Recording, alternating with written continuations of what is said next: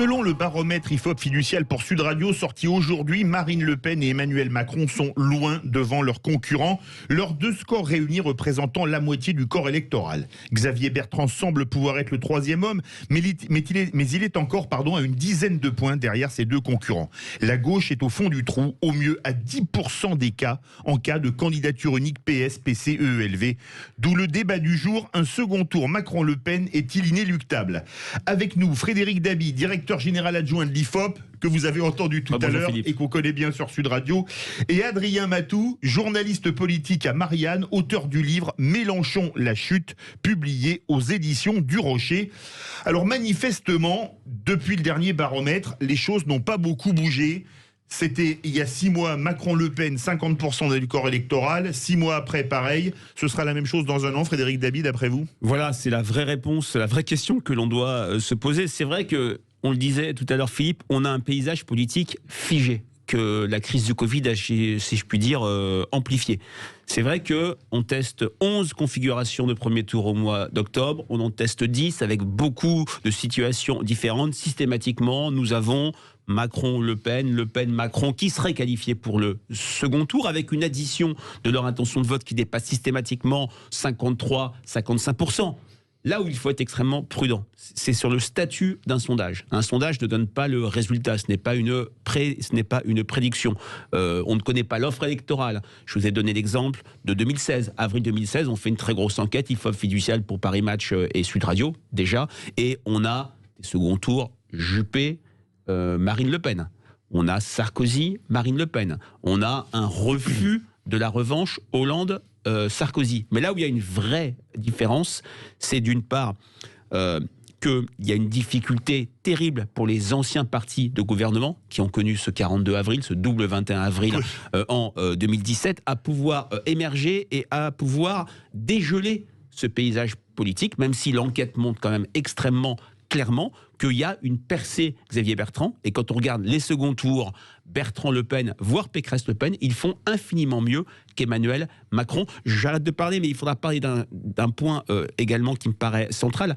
Le duel Macron-Le Pen, ce n'est pas qu'un duel, c'est deux France extrêmement différentes, extrêmement antagonistes sur le plan sociologique. Et on va en parler bien évidemment. Adrien Matou, la situation est figée depuis au moins 6 mois. Est-ce que vous pensez qu'elle sera figée dans un an? J'ai tendance à répondre oui. J'allais en fait citer le sondage dont Frédéric a parlé, qui en fait montrait qu'en avril 2016, finalement, Alain Juppé devait être président, François Hollande devait être candidat. Macron n'était pas testé tout le temps. Macron n'était pas testé, donc voilà. La vie politique française est imprévisible, heureusement d'ailleurs, sinon on s'y intéresserait moins. Ceci dit, la situation paraît beaucoup plus sédimentée qu'il y a 5 ans. D'abord parce que le président sortant, qui sera donc Macron et non pas Hollande cette année, est quand même dans une situation plus solide a priori. Oui. Et puis Marine Le Pen semble ne pas trop avoir pâti finalement du fait d'avoir échoué entre les deux tours il y a 5 ans. Frédéric Dabi parlait il y a 2 France. On a l'impression que la France populaire, quand on regarde de près les détails du sondage, la France populaire semble majoritairement, en tout cas celle qui vote, acquise à Marine Le Pen. Et on a du mal à voir émerger des candidatures nouvelles. Donc finalement, normalement, il y a une double incertitude sur le niveau de chaque candidat et aussi sur l'identité des candidats.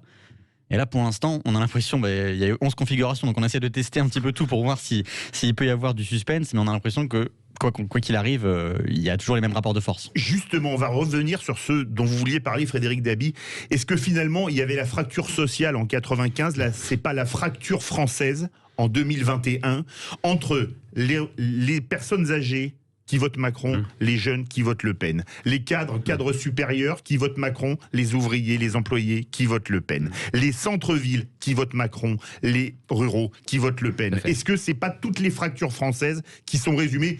Il y a quelqu'un que vous connaissez bien, Jérôme Fourquet, qui a écrit un très bon livre qui s'appelle L'Archipel français. Plus qu'un collègue, un ami de 20 ans. On le salue d'ailleurs, Jérôme. Est-ce que tout n'est pas résumé là-dedans? Mais voilà, c'est ça qui est extrêmement intéressant. Je retiens ce terme de fracture. Qu'est-ce qui se passait il y a quelques années à des élections présidentielles? On voyait des cadres supérieurs, catégories qui votent plutôt à droite, être tentés par des candidats de gauche. On avait des ouvriers qui votaient par exemple pour le RPR de Jacques Chirac. Là, on a des choses extrêmement fracturées, extrêmement clivées. Alors sur la génération, c'est même encore plus fin que ça. On a un Emmanuel Macron très élevé chez les deux extrêmes du spectre générationnel, les 18-24 ans, génération malgré la crise protégée. Les personnes âgées, en revanche, et on en avait déjà parlé ensemble, Philippe, on a une Marine Le Pen, un rassemblement national extrêmement fort dans les générations charnières qui souffrent le plus, les 25-34 ans, la génération de l'insertion qui, dans le contexte actuel, peine de plus en plus à s'insérer, qui connaît les affres du premier job, le stage qui a été en fait annulé, les galères, les 50-64 ans, cette génération qui, avec la crise, est de plus en plus ou moins gentiment sortie des entreprises, qui épargne le moins, qui voit la retraite avec, non pas comme le repos du guerrier, mais comme la succession, la suite des problèmes, et qui, sur le plan personnel et intime, est confronté à la dépendance, pas la sienne, celle de leurs parents. On a vraiment ces fractures françaises, on a bien sûr le clivage social, on a aussi croisé les données par la classe sociale subjective. Est-ce que je me considère comme un privilégié, comme quelqu'un d'aisé, comme une classe moyenne supérieure, ou comme quelqu'un de défavorisé? Sans surprise. Plus vous vous définissez comme quelqu'un en souffrance et bas dans cette échelle sociale, plus vous choisissez Marine Le Pen. C'est en ça que ce duel est aussi révélateur de la fracture des deux France. C'est pas ça, les gagnants et les perdants de la mondialisation. Et finalement, les rentiers, parce qu'un retraité est un rentier qui ne veut pas que le système s'effondre, parce que sinon il n'a plus rien pour vivre. Ah, bien sûr. Je me permets de citer une autre référence qui est le bouquin de Jérôme Sainte-Marie, qui avait parlé de deux blocs, le bloc élitaire et le bloc populaire. Et on a vraiment l'impression, de toute façon, le système politique français encourage la bipolarisation de la vie politique. Donc on a l'impression que les suffrages du bloc élitaire se portent naturellement vers Macron, qui les représente bien, et que les suffrages du vote populaire, alors peut-être que certains espéreraient une autre type de candidature pour les représenter, se portent vers Marine Le Pen. Après, il y a une question à poser pour rebondir sur ce qu'a dit Frédéric, c'est est-ce que l'offre politique des candidats peut modifier leur électorat? Et on a l'impression que Marine Le Pen, pour élargir son socle, a un discours ces derniers mois qui est moins adressé au bloc populaire, qui est moins eurosceptique, qui est moins social, et qui se concentre exclusivement sur les thèmes identitaires. Donc moi, ça m'intéresse aussi de voir comment les discours politiques des uns et des autres, est-ce que peut-être Macron va chercher à attirer un peu plus l'électorat populaire, est-ce que les discours politiques, et également ceux des autres candidats, peuvent modifier ce rapport de force? Mais on a l'impression que là, pour l'instant, c'est vraiment les deux France qui se font face, et qui vont, encore une fois, se combattre au deuxième tour. Comme il y a deux gauches irréconciliables, selon Manuel Valls, deux France irréconciliables. Direction le 0826 300 300. Bonjour Ludovic. Bonjour Philippe, bonjour à vos invités. Bonjour monsieur. Quelle est votre question ou votre remarque pour nos invités? C'est plutôt une remarque. Je vous rejoins sur la fracture. J'ai l'impression qu'on a quand même deux blocs qui s'affrontent. On a deux personnages clivants donnés au second tour et qui sont loin d'avoir un semblant de majorité au premier tour. Il faudrait au contraire un personnage qui rassemble la France, qui rassemble à la fois les élites et les classes populaires et qui repart un peu aux Français en termes de souveraineté, d'indépendance, etc. Mais également sur votre sondage, je voulais juste faire une remarque. Xavier Bertrand est donné, je crois, en troisième position. Absolument, à 16%. Sachant qu'il me semble qu'il n'y a pas de candidat les républicains désignés. Donc, on est un an des présidentielles. Rien n'est fait. On ne sait pas qui va être sur la ligne de départ. On ne sait pas si le Parti républicain va présenter un candidat face à Bertrand, s'il va organiser une primaire. Donc voilà, on ne sait pas ce qui peut se passer avec Emmanuel Macron, avec cette sortie de crise, parce qu'on va partir sur une crise sociale et économique très importante. Voilà, rien n'est fait, les jeux ne sont pas faits. Alors, merci. Et j'espère que nous aurons un personnage vraiment, enfin une personnalité politique qui rassemble et qui fasse adhérer l'ensemble des Français. Alors, merci beaucoup Ludovic. Réaction très intéressante de Ludovic. Vous êtes 63% sur Twitter à ne pas vouloir d'un second tour Macron-Le Pen. Est-ce que un homme venu de quelque part pourrait arriver et rassembler je vois l'image. Mais qui n'arrivera pas au galop. Mais oui. Non, mais je partage complètement les prudences de votre auditeur Ludovic. C'est vrai que nous sommes à un an du vote. C'est vrai que aussi, par le passé, on a eu des présidentielles figées sur l'offre un an avant, celle de 88. François Mitterrand était donné gagnant 1 an, 2 ans, 2 ans avant. En 95, même s'il y a eu cette surprise de Jospin en tête au premier tour, on donnait quand même la droite gagnante, mais il y a eu la guerre Balladur-Chirac. C'est vrai qu'il y a cette incertitude. Alors sur l'offre politique à droite, je précise à Ludovic, on a quand même testé 4 scénarios avec Laurent Wauquiez, Bruno Retailleau, Valérie Pécresse. C'est vrai qu'aujourd'hui, c'est quelqu'un qui n'est pas chez LR, d'ailleurs comme Valérie Pécresse, qui arrive nettement en tête. Comme Xavier Bertrand. Comme Xavier Bertrand. Et c'est vrai que ce qui est intéressant quand on teste des scénarios d'union de gauche, et c'est un signe révélateur, supplémentaire de la difficulté de la gauche dans ce sondage, on a beaucoup d'électeurs de gauche qui choisissent Xavier Bertrand pour justement éviter ce second tour Macron-Le Pen. Et ça rappelle 95, où des électeurs de gauche avaient voté Jospin qui avait voté Chirac pour éviter une victoire d'Édouard Balladur. Ah oui, de Balladur, pardon. Justement, Adrien Matou, quand vous voyez les scores, les encartés LR, Retailleau 6, Wauquiez 7 dans le sondage de l'IFOP, et à gauche, Anne Hidalgo, parti historique de la gauche, le Parti socialiste depuis le congrès d'Épinay. C'était il y a 50 ans, on est d'accord, qui fait 10% en cas de candidature unique avec PS, PCE, LV. Est-ce que vous vous dites que finalement, le clivage droite-gauche, il a complètement disparu ? Complètement disparu, je dirais pas, mais je dirais qu'il a beaucoup perdu de sa pertinence et surtout de sa domination sur les autres formes de clivage. C'est-à-dire que on a une partie du champ politique qui continue à raisonner en termes droite-gauche. On a même des candidats, comme on y reviendrait, mais comme Jean-Luc Mélenchon, qui ne le faisait moins il y a 5 ans et qui le font beaucoup aujourd'hui. Et on a l'impression que cette division, particulièrement chez les jeunes générations, elle n'est pas du tout vécue comme pertinente. Il y a d'autres formes de clivage. Alors, le problème, c'est que maintenant, on n'est pas au clair sur le nouveau clivage qui domine, et du coup, chaque force politique essaye d'en formuler un nouveau qui lui donne l'avantage. Donc, vous avez Macron qui avait dit « on est les progressistes contre les conservateurs », vous avez le RN qui dit « on est les patriotes contre les mondialistes ouais. », mais tout ça, c'est des clivages qui ne sont pas vraiment objectifs, c'est vraiment des clivages où c'est un peu « nous, on est les gentils, et en face, il y a les méchants ». Et donc, c'est intéressant, mais moi, je pense qu'il faut avoir une analyse fine, et voir qu'aujourd'hui, il y a plusieurs formes de clivage qui cohabitent. Et je voulais juste rebondir sur ce que disait Ludovic, sur le désir finalement d'un homme qui réconcilierait tous les Français. C'est intéressant parce qu'on fête le bicentenaire de la mort de Napoléon le 5 mai prochain. Ça rappelle aussi un petit peu le général de Gaulle. Mais je pense que cette pulsion, cette envie, elle est compréhensible, mais c'est une illusion. Parce que dans la société française, il y a des rapports de force, il y a des intérêts qui ne sont pas forcément convergents. Et on peut espérer l'avènement d'une figure qui réconcilie tout le monde, mais je pense, malheureusement ou pas d'ailleurs, que ça restera une illusion. Alors quand on regarde la gauche à 10%, toute mouillée comme on dit, Jean-Luc Mélenchon arrive en tête, au mieux à 12%. Mais est-ce qu'il peut être un candidat unique crédible, sachant qu'il perdrait avec seulement 40% des voix face à Marine Le Pen? Oui, pour moi, c'est vraiment, et je vais laisser Adrien, qui est le spécialiste, Jean-Luc Mélenchon, parler, mais pour moi, c'est vrai. Il a même écrit tout un livre dessus, je le montre, donc oui. C'est docteur en mélenchonologie. Exactement. Le seul en France. Bravo, c'est sur une véritable pérennité. Non, ce qui est vrai, c'est que, voilà, on est frappé par deux choses dans ce sondage. Au-delà des hommes et des femmes, c'est le poids de la gauche.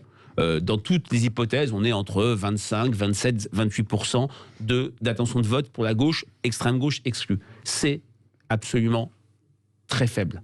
En 2012, 40% au premier tour pour Mélenchon, Hollande, Joly. Même en 2007, qui avait été un mauvais cru pour la gauche, l'addition des voix Buffet, Royal, Beauvais, Dominique Voynet dépassait 32-33%. On voit très bien le rétrécissement de l'espace de gauche. Et puis, c'est une victoire à la Pyrrhus, si je puis dire, pour Jean-Luc Mélenchon. Au premier tour, il fait mieux que les autres. Il monte même à 13,5% qu'on a cette gauche plurielle unie avec ces candidatures dont vous parliez, Philippe, Hidalgo, Jadot.